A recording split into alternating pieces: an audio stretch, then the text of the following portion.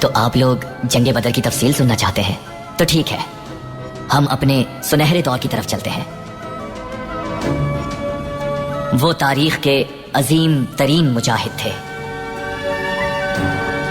آسمان پر چمکتے ہوئے ستاروں کی طرح۔ ان کے بدن الگ الگ تھے مگر ان کی روح صرف ایک، محمد صلی اللہ علیہ وآلہ وسلم۔ وہ شیر مدینہ سے روانہ ہوئے اور وہ سب بدر کی جانب گامزن تھے۔ ان میں سے ایک حضرت مصعب بن عمیر، بالکل شیر کی طرح۔ نبی نے ان سے واپس جانے کا کہا کیونکہ وہ چھوٹے تھے، مگر وہ بہت زیادہ روئے تو نبی نے اجازت دے دی۔ اور سعد بن ابی وقاص، آپ تو اس وقت اتنے چھوٹے تھے کہ خود سے تلوار بھی نہیں باندھ پاتے۔ حضرت حمزہ کی کمر پر تو دو تلواریں بندھی ہوئی تھیں۔ ان کے ہر قدم پر دشمن کے دل رکنے لگتے تھے۔ فرمایا، اے حمزہ، آپ کسی سے بھی نہیں ڈرتے، یہ سچ ہے بالکل، لیکن آپ اپنی ہیبت کو تھوڑا چھپا کر چلا کیجئے۔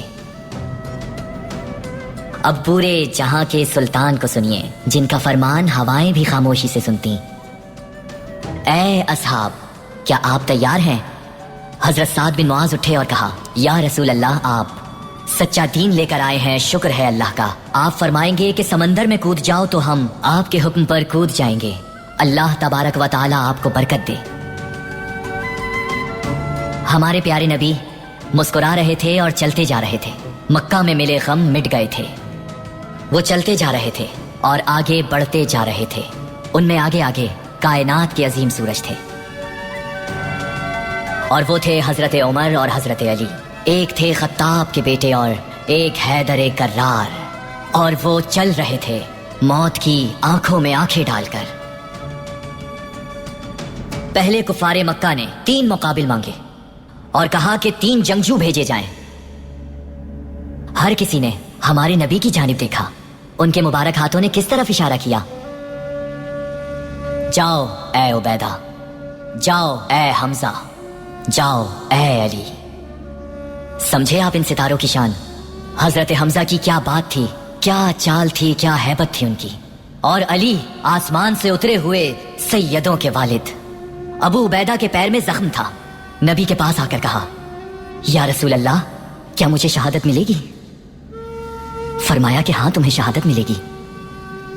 اور پھر نبی نے وہاں دعا مانگی، رب کی جانب اپنے مبارک ہاتھ پھیلائے، یا اللہ ہم پر فضل و کرم فرما، یا اللہ اگر یہ سب یہاں شہید ہو گئے تو اس پوری دنیا میں کوئی تیرا نام لیوا نہیں رہے گا۔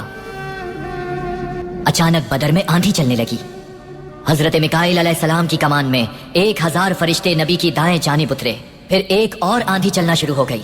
حضرت اسرافیل کی کمان میں 1000 فرشتے نبی کی بائیں جانب اترے۔ پھر ایک اور آندھی چلنے لگی۔ حضرت جبرائیل 1000 فرشتوں کے ساتھ رسول اللہ کے سامنے آ گئے۔ 3000 ملائکہ سفید گھوڑوں پر سوار تھے۔ ابو جہل مکہ سے ایسے آیا جیسے اس کی شادی ہو۔ وہ بدر میں رقص اور موسیقی کے ساتھ آیا تھا۔ اس کا خیال تھا کہ اللہ کے رسول اور صحابہ کا کوئی یار و مددگار نہیں، لیکن اللہ نے اسے نابود کر دیا۔ وہ بدر سے واپس آ رہے تھے۔ قیدیوں میں سے ایک ہمارے رسول کے چچا بھی تھے، حضرت عباس۔ رات کا وقت تھا، قیدیوں کے ہاتھ بندھے ہوئے تھے، حضرت عباس بھی ان میں شامل تھے۔ قیدیوں کی چیخو پکار تھی، ہمارے نبی سو نہیں پا رہے تھے۔ اصحاب نے پوچھا، یا رسول اللہ آپ سو کیوں نہیں رہے؟ فرمایا، چچا کی چیخیں سونے نہیں دے رہی۔ اصحاب نے فوراً نبی کے چچا کے ہاتھ کھول دیے۔